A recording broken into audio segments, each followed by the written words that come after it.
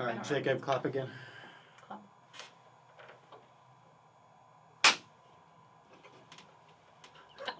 Do it higher, just because I'm not sure if that was even on camera over there.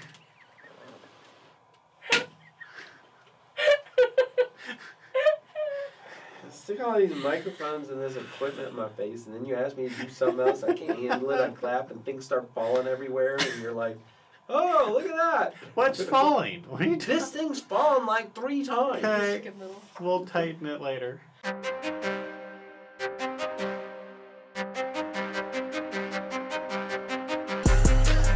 If you're looking for clear, pro-life thinking, cutting-edge apologetics, and a fresh approach to abortion dialogue, you've come to the right place. This is the Equipped for Life podcast.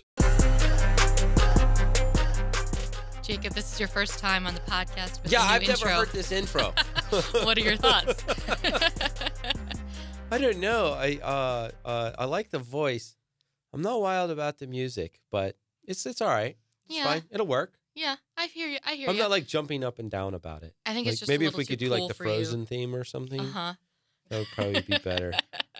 So, am I the only one that Rachel? Do you feel weird about this? Because like Josh is right there, but we're Don't tell our supposed to secrets, be Jacob. ignoring him, and I feel bad. Like I don't know. It's just kind of weird. Well, it's interesting because actually this might be something you don't really know, but at ERI, like the level of production we have for the amount of like crew and staff and everything is actually really, really high for how little crew. So normally when people have all of these lights and cameras and mics set up and everything, and we would be the talent on camera, there would actually be a lot bigger of a crew back there. There'd be a good like 5 or 6 people. There's a director and all of that.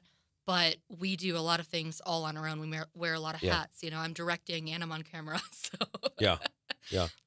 so, You guys take this so seriously that when you come up to put makeup on me, I don't even fight anymore. You don't It's even just fight. Like, I mean, okay, at that's this going to point, happen. After how many days of filming was it for the Sidewalk Counseling course? Like 6 days of filming.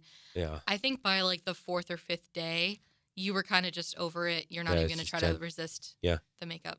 Yeah, I would appreciate if you get me a wig or something at some point because I'm losing it. It's going away. That's a problem I Anyway, can't that's fix. not why we're here today. That's not why we're here. We're here because the Sidewalk Counseling Masterclass is available on September 13th. So it'll already be out and launched by the time this podcast gets up. But we're going to be talking a little bit today about some of the material that's in the course and some of the material that's not in the course but related to sidewalk counseling. And I'm so excited to address some of the really important things that we just didn't have time to put everything we wanted to into this course. And there are some things that we're going to be able to talk about today that kind of expand on the material. Last night we did a webinar to help promote the course, and that was a great webinar. We had so many good questions. We had so many people engaging in the chat. It was awesome. And one of the things, we had debunked 9 myths about sidewalk counseling. Yeah. And one of the things that I was really excited about was when we were prepping for that webinar, Jacob, you were telling me we need to include a bonus myth that I hadn't even prepped for because it was so important. Let's start with that. Let's talk about the bonus myth that we did last night, which is about adoption. Yeah. A lot of people either hold signs that are like adoption is a great option, or they want to offer adoption as a choice, as a solution to unplanned or unwanted pregnancies. And we've actually learned that's not effective on the sidewalk. Yeah. Tell us about why. Well, first of all, I just want to say I know that there's probably some people listening in today who this is a very sensitive subject, and I just want to recognize that and say we don't by any means mean to diminish the hardships that a lot of people go through when adoption's brought up. Some of my good friends have kind of corrected me and been like, "Hey, stop saying give your baby away or something, and call it as a gifting your baby away." So just even some of the verbiage I know people are sensitive to. Even like giving up this child for adoption, instead we're going to say we're placing this child with a loving family, because that's a lot closer to the reality of what's actually going on. Yeah, that's right. And it really matters to people that it doesn't seem like it's no big deal for the woman, because it is a really big deal for her. So I was really surprised when I first started doing sidewalk counseling. I actually started asking people that I knew, and I've got a pretty big sphere of people because I've been doing pro-life work for some time. And so I started just asking people that I knew would like to adopt, hey, can I get a picture of you and your family? And are you willing to adopt a child that I might get out of the abortion clinic? And, what are you looking? Is there anything you want to avoid? Are you going to take any kid? Or, just talk to me about that. And actually, everyone I talked to was just like, look, we want a baby. They didn't even say we want a healthy baby. They were just like, we'll take a baby. You get it? We'll take it. Right. And so I had gotten half a dozen families that I had their picture. And my plan in my head was when I was talking to somebody at the abortion clinic, and they were like, if they were saying things like, I just can't take care of a child, I can't handle this, I could say to them, look, I've got 6 families dying to adopt a baby. They would love if you gifted them to your child. And so here's a picture. These are just some of the people that I have readily available who are eager to adopt a child. And some of them can't have their own kids. So they really would like to have a child. So I kind of had this in my back pocket, so to say. I mean, it was in my phone. And I was just baffled that it never happened. It never worked. When you were offering adoption to these women and these families that are abortion-minded, they're coming to the abortion clinic for an appointment. When you're bringing up adoption right away in the conversation, it wasn't working at all. And I want to talk a little bit about why, because in the pro-life culture, we see adoption as this beautiful thing. We see it as this selfless thing for the mother to do, and it's a non-violent solution to the pregnancy that she's having problems with for whatever reason, whatever her story is. This is a non-violent solution where abortion is a violent solution. And at the same time, she wouldn't have to parent. She could continue her life as planned in, what she wants, and then also do this really loving, selfless thing for her child. So for us, adoption is a very obvious solution to unplanned pregnancy. Yeah. But why is it ineffective when we're bringing it up outside the abortion facility to that family? Yeah, so I think there's 2 reasons. One of them I can't explain very well, but let's talk about the other one first. And that's when I'm talking to people who are abortion-minded, I'm trying to help them see their unborn child. First, I'm trying to help them with their problem, whatever that is. And the other thing I'm trying to help them do is see their unborn child as a human being and as their own child. And through the process of them starting to recognize this pregnancy as a child and as a something that's theirs. Yeah, seeing this as their baby, not just a problem, exactly. and not just a pregnancy. Their baby, they start bonding with this child, and they start having this affection towards them. And when that happens, they're no longer they just don't want to gift the child for adoption. And I have had some cases where the person's been like, I can't have a baby, I can't have a child. And so we brought up adoption. And they entertain the idea for a brief amount of time, but then they'll quickly abandon it within that day, usually. So let's talk about the other reason. And that one to pro-life people makes no sense. It's much harder from our cultural perspective to see this as a possibility. But yeah, let's talk about this, because this one's actually, I think, even more significant. Yeah, and you'll hear, if you ask the abortion-minded person, what about adoption? They'll say, I could never give my child up in adoption, so I have to have an abortion. And for pro-life people, that's just so strange to hear. Like, you don't want to place your child with adoptive family, but you would kill your child. Yes. For us, that's so baffling. Yeah. But from the pro-choice perspective or the abortion-minded perspective, if you're outside of pro-life culture, oftentimes people think about all the things that could go wrong with adoption.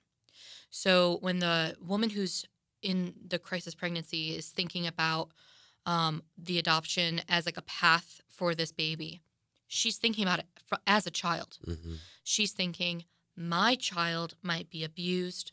might grow up thinking I didn't love her, might grow up wondering who I am or what I'm like, because we hear that a lot in like the adoption narrative.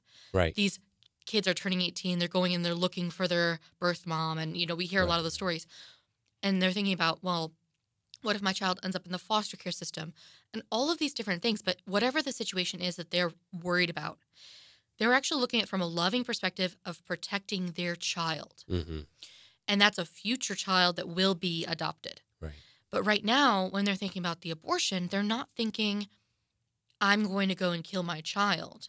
Right. They don't see it as a child yet. They see it as, I'm going to end my pregnancy. That's right. Yeah. And so in the adoption situation, in that option, and when they're looking at their different choices, they see that as actually one which would have suffering, and abortion is one without suffering.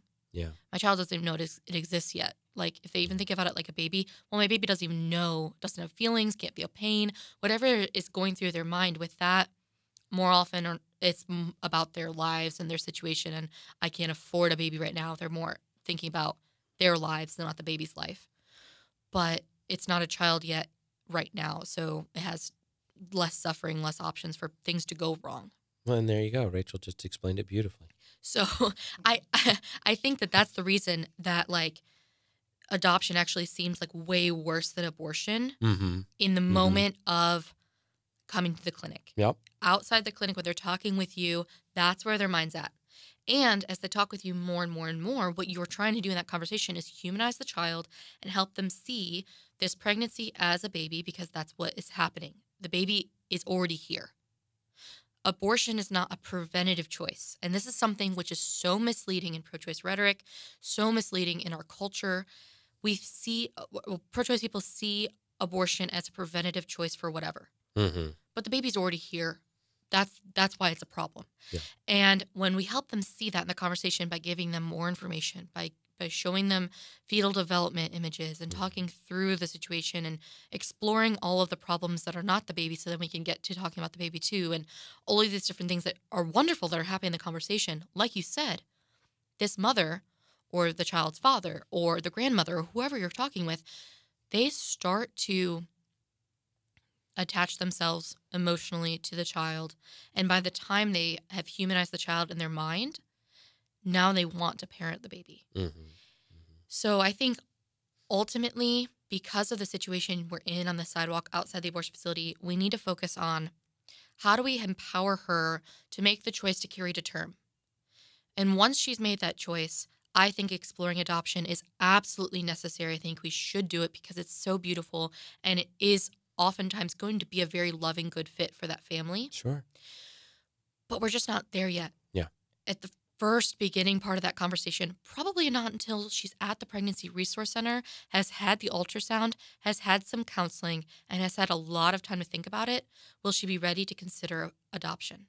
And I'm not saying she shouldn't consider it. I'm saying, yes, absolutely. Most of the time, that is something that we should be considering, in the situation. We should help her learn more information about what options we actually have with adoption, because there's all sorts of adoption options. There's closed adoptions, partially open, completely open, and a lot of people don't know these things unless they're really involved with it. Right. Yeah. And I think that I have so many issues with our culture and how things are treated when it comes to adoption, because think about the common like joke or meme or whatever you see in all these different SNL skits or whatever else, TV, where you're adopted is like kind of an insult. So like there was this like scene in Avengers where like someone makes a joke about like Loki being adopted or whatever, and he's like, I'm so sorry, like he's adopted. Oh, right. Or, like one sibling is like mad at another sibling and they're like, you're adopted or whatever. Right. There's a lot of like really Stigma horrible stigma. Yeah. And there's lots of different things where I don't know, just contributing to this narrative of, if you're placed with an adoptive family, even if they're a really loving family, there'll always be something missing because you want to connect with your birth parents. And I think for some people that's absolutely true. And I think for others it's not. I have friends that have experienced both things. Friends who are adopted who have wanted to connect with birth parents and who have also said, I have no desire to connect with my birth parents because my parents are the people who raised me. I've experienced both of those things with my friends, and I think everyone's story is going to be a little different. So yes, there is a cultural shift that needs to happen. And there's also a shift that needs to happen when it comes to sidewalk counseling culture and how we approach adoption and how we present it and when we present it. Yeah. That's so well said. I'm glad you pushed us to talk about it on the webinar last night. I feel like I'm saying some great things, but they're all things that came out of your mouth last night. So no, this whole thing about, I didn't talk about Loki or anything. Well, I could rant for like hours about the cultural stuff, but I don't want to right now. I want to move on to another thing. All right. Which is, I want to ask you could we talk about, you have been blessed to be part of I think more than 60 babies now at this point. You've been blessed to be able to help 60 families or more choose life for their child after canceling abortion appointments or something similar to that situation. And I think that number is absolutely wonderful. And I think some people would be asking themselves, how do you get that number? How do you quantify saves? When you have a family cancel the abortion appointment or whatever else, what constitutes a save versus what I think you've referred to as a hopeful or a turn away? Yeah. And so I want to talk about how you categorize those first, and then I want to talk about why I think it's really important to categorize them well. Yeah. I think the way you do it is well, but I want you to kind of explain that first. So these numbers it's really hard to get really accurate numbers. And one of the reasons for that is people going to the abortion clinic, this is often one of the hardest days of their life, and nothing's going well. And so lying can be pretty easy for them at that time. So sometimes I think people will say that they decided not to have an abortion when they actually have, and they'll just kind of lie, and they'll lie to you because they don't. Maybe they're, for a lot of reasons, maybe they don't want you looking down on them. They don't want you judging them. Maybe they're ashamed, or for whatever reason. They or might they just not want to talk to you, and they think that's the best way for you not to talk to them. It's like, we're not here for an abortion, or we decided not to have the abortion. Right. Maybe they else. are afraid you're going to yell at them, so they're going to just lie to you so you don't yell at them. I mean, there's just a whole slew of reasons. So I am looking for, when I count a save, I'm pretty strict on it. Like, it wouldn't be hard for me to double or triple or quadruple that number. But I'm giving the most accurate number I can. And so when I say a save, it means that I've had enough contact with them that I've been convinced that they're not having an abortion.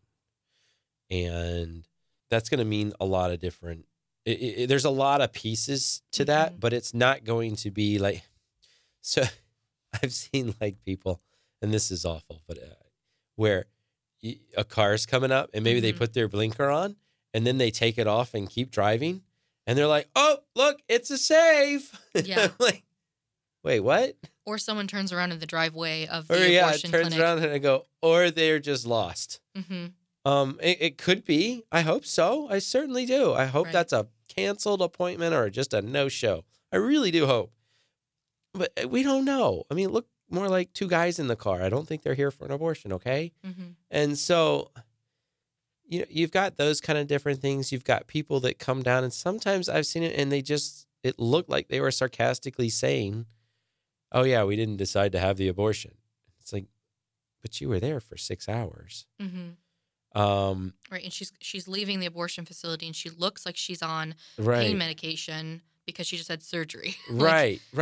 So so those I'm not counting. The ones where I've had contact or, you know, maybe spent some time taking them to a PRC, and certainly some of those could have decided to go back. And I've adjusted some of mine where, I mean, one of the things that happens is maybe you help to get someone out of the clinic, and they make the choice that they're not going to have an abortion, and you're in contact with them, and then a short time later they say that they had a miscarriage. Certainly possible. I don't know.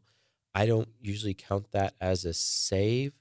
And maybe that's a mistake. Maybe I should count that because they didn't terminate it. But in my mind, it's more probable that they decided to go back for an abortion and they just decided to tell me it was a miscarriage. Mm-hmm.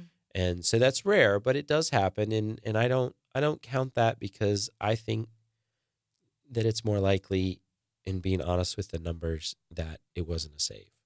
So, and it's important to know this. Mm-hmm. It's important to be accurate with our numbers to the best of our ability, because we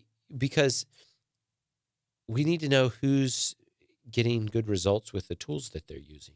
Right. So if you've got one group that is doing something like they've got whatever kind of sign, whatever it is, and they're counting every single car that looks like they might be turning and then doesn't into the driveway, or turns around in the driveway, or goes in and comes right back out quickly as a save, their numbers are going to be like 4 times higher than the people who are getting the most accurate counseling, maybe even much higher than that, but the people that are getting the most accurate numbers they can.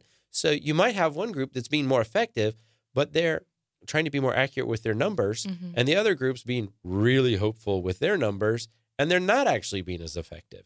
And so they're touting that they've got more saves. And I don't, it's not about the bragging or any of that. It's just about how can we learn from each other on who's being effective. Mm-hmm. And in order to do that, we got to be honest with what kind of flow you're getting, what kind of traffic flow you're getting, and what kind of saves you're getting out of that traffic flow. And so many things go into the equation with that, on how close are you to the people, and just, mm-hmm. it's very complicated. You can't just say, well, we use this method at this clinic and we get 8 saves a day, and so it's obviously the best because nobody's getting that many. I got so many questions I want to ask them mm-hmm.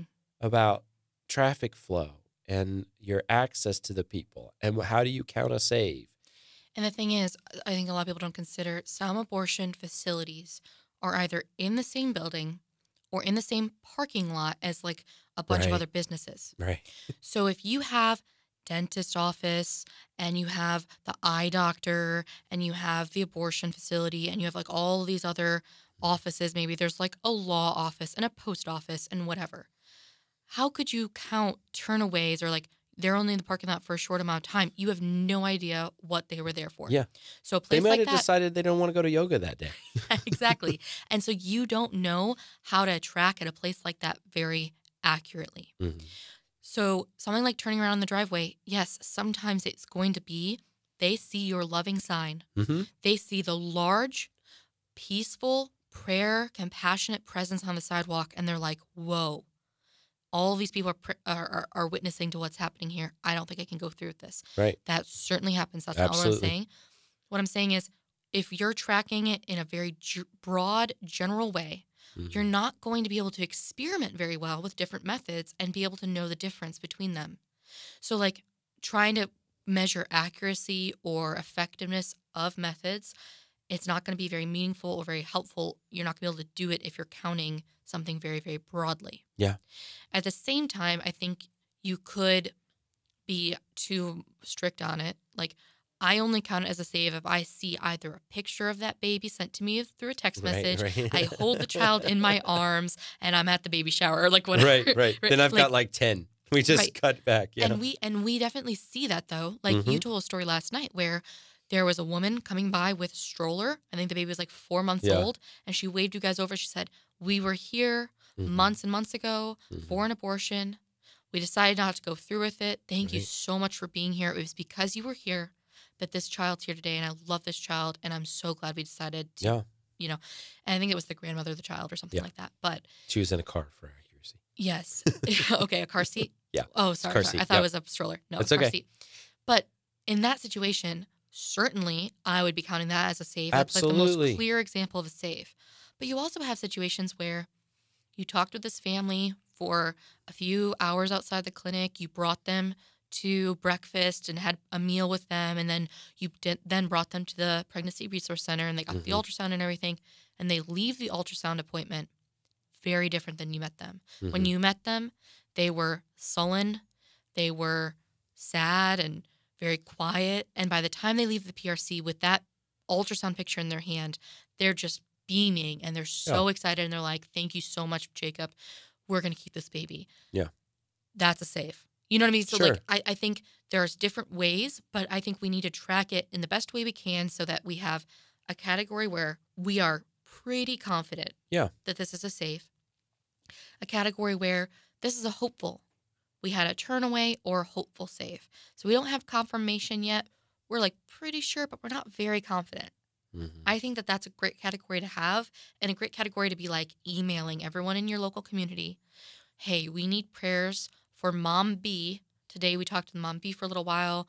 Either we don't really know what's happening with that situation or we're hopeful that they're going to leave or whatever else. We have that hopeful category. I think sometimes you're going to have people end up in the save category that are in the hopefuls. And there's some that you're like, I have no idea if she chose life or not, but we're hopeful. Yeah. Yeah. And I don't want to be too strict. Like, it's not that. So, for instance, I've seen people coming out of the abortion clinic, coming down. And I've looked over at some of the other sidewalk counselors and been like, they chose not to have an abortion. Look at them. Mm-hmm. They have a different walk, a different cadence. And then maybe they come down and it's kind of cool because we've said, you didn't have the abortion today, did you? And they're beaming. Yeah. They're beaming. Now, there's a couple of reasons why I believe them, and I'm going to count it. One, their body language. Mm-hmm. They've just got a different body language. Two, most of the time the abortion clinic doesn't let people walk out to their car. They have to wait there at the entrance, and the driver goes around and picks them up. The car seats lean back, and they go out in a reclined position. So we've got that. And then we also have where they came down and they talked to us about how they've changed their mind. Yeah. And it's not a quick, we changed our mind and we kept going. Or, no, we didn't have abortion today. And they keep going. They want to share the whole story. Right. They want to tell you more about, we think we can do this and whatever. So you get more. So it's not, I don't want people to be too strict. You can count that. You've got a pretty reasonable, there's several markers there. Yeah. But maybe if you just see one of those markers instead of all three, you might be stretching it to count that as a save, right? Mm-hmm. So anyway. And we also, like, in the pro-life community, we want to count the wins we have. Mm-hmm. We want to build momentum on the saves that we're witnessing to. But at the same time, when we inflate our numbers, whether intentionally or accidentally, I think it does hurt us because ultimately we're not going to be as effective because we're not going to be able to track what methods are working and use more of those methods and sharpen them up and get better and better and then track what's not working very well. And I will say there is one pro-life organization in particular that several pro-life organizations and leaders know of them who we know for sure inflate their numbers. Right, right. And that's a really unfortunate thing. I think that they have been very gently and compassionately confronted about this problem several times, and they have not corrected it. Right, right. And as a result, the pro-life community around this organization can't take their numbers seriously. Right. So when we get an email that says, we had 8 saves today, we're like, we have no idea what that means. Because the way you count saves is totally not truthful or at least accurate or meaningful, I guess is the best word to use. It's not meaningful the way you're tracking it because if you're like I think the blinker is a great example. Like if someone just accidentally hits their blinker or something like that, I don't know. And we're counting every car like that or every car that slows down to read your sign. Well, maybe they're going to turn in or whatever. Yeah, yeah. Well, and another thing is if you're not being honest with it, it can be really disheartening to the other sidewalk counselors. Mm-hmm. If they're giving accurate numbers and say they're getting a save a week out, and you're giving inaccurate numbers, saying that you're getting 8 saves a day or 5 saves a day, they're going to be hanging their head like, oh, man, you must be doing something so right. And maybe we're doing something wrong or what's happening. And if we're trying to be the best sidewalk counselors we can be, and I'm hearing, Jacob, your group over there is getting 8 saves a day. What are you doing? Absolutely. I want to know. I want to look, what's on your signs? What are you saying? What's your opening line? What are the tools you're using? And I want to be more effective, so I'm going to try those things. But then I'm not getting any of the same results. Right. I have just as much access to the abortion-minded clients at my location, and all things considered, they're equal. And you're getting so many more saves. Well, it's because of the way you're tracking your saves. Right. And that would be disheartening. At the same time, obviously, if another sidewalk counselor is getting a lot better results than you are, it oftentimes is going to be because they have better methods. And so we do want to use numbers to learn from each other and things like that. But that's why I think we need to be more consistent and careful in the way that we're tracking hopefuls and saves and turnaways and things like that. So I think that we pretty much, explained how we feel about this one. I think one of the funniest things you said this morning when we were talking about what to talk about today is there are no pro-life spells out there. You know what I mean? You can't wave a magic wand or like rub some genie lamp or something and you just say like the perfect thing. I think, know, right? And it's so weird because a lot of pro-life people ask us like, well, what do you say? Like, what's the perfect thing to say? Right. And what do you say? Yeah. That's going to work. Yeah. It's like I don't have a wand. Right. And it's very interesting because there isn't a one size fits all model of like, what should you have on your sign? What should your opening line be? There are better than others, but it is going to depend on your style. And that's why we give you 9 different ideas of what to put on your sign that we have seen work for different people. And I'm sure there are many more. Those are just the 9 I've found to be effective. Definitely. Now there are like 11 that we list that are like, don't use. Yeah. These are going to not help you start conversations. If you want to have conversations with people, don't put this on your sign. We found 11 things that really work poorly. Right. And they're all things that we have seen people put on signs. But the point is, it is really going to depend on what's your approach, what's your style, and you need to be authentically yourself no matter what you're doing. Yeah. And so, Jacob, even like in the philosophy conversations on college campuses, you could make the exact same argument that I'm making, but you're going to do it very differently. Your word choice is going to be different. Your stories are going to be different. And even how you're wording your questions are going to be different because we're different people. Yeah. And if I tried to talk like you or you tried to talk like me, we're both going to fail because it's just going to sound very, very awkward. Yeah. And that's why we teach you how to become a better pro-life advocate while still being you. And we don't have a bunch of scripts and one-liners and zingers and pro-life spells. So let's speak into that a little bit because, I think that a lot of people, they would rather have that. If they say this, you say this. Whether it's the philosophy or it's the abortion-minded woman and you're talking to her, if she says this, you should say this back. Yeah. And it doesn't work. I don't want people to try to be me. I don't want people trying to do things just like I do things or whatever. Yeah. I have some ideas that I think work really well, and I want people to use those ideas and adopt them to work for them and find kind of their own groove and their own niche and what fits their personality. And I want people to care about other people and work from there. In adopting who they are as a person, as their own unique individual human being. You're going to do better being yourself and working with some of these ideas than just trying to copy exactly how I do things, how I talk, whatever. And there are some pro-life people out there that do that. They want clones of themselves out there. and people are looking for, well, if Jacob's like really good at this or whatever, then he must know just the right things to say. Would you share those with us? And I'm like, there's not spells here. This is something I wanted to talk about at a podcast or something. Something I've been paying attention to lately is like people's passion. When you're passionate, but you focus that passion in productive ways, and being caring and being patient. But you take that passion and you use that, but you have it. You've got passion. You're excited about doing this. You're excited about the potential of getting somebody out. You're paying attention. You're doing this to the best of your ability is going to carry you so much farther than a script. But that's not to say that we don't get super, super practical in this course. Because we certainly do. Absolutely. The workbook that we have designed to go through, as you're watching the 18 video lessons, you are also following along with a workbook. Yeah. This workbook has 46 practical tips. Right. Of things that I identified watching and editing these videos, because people may not know, because the Equip for Life course is, we're speaking to camera and we're kind of just like giving you the information. We're teaching the material. It's very training. this is also training, but it's in a different format where in a lot of videos I'm interviewing you, or you're interviewing a guest, or, you know, you and Josh are talking about something, or Josh interviews David B. Wright about shutting down abortion facilities. Like, we just do kind of more of a conversation. Yeah.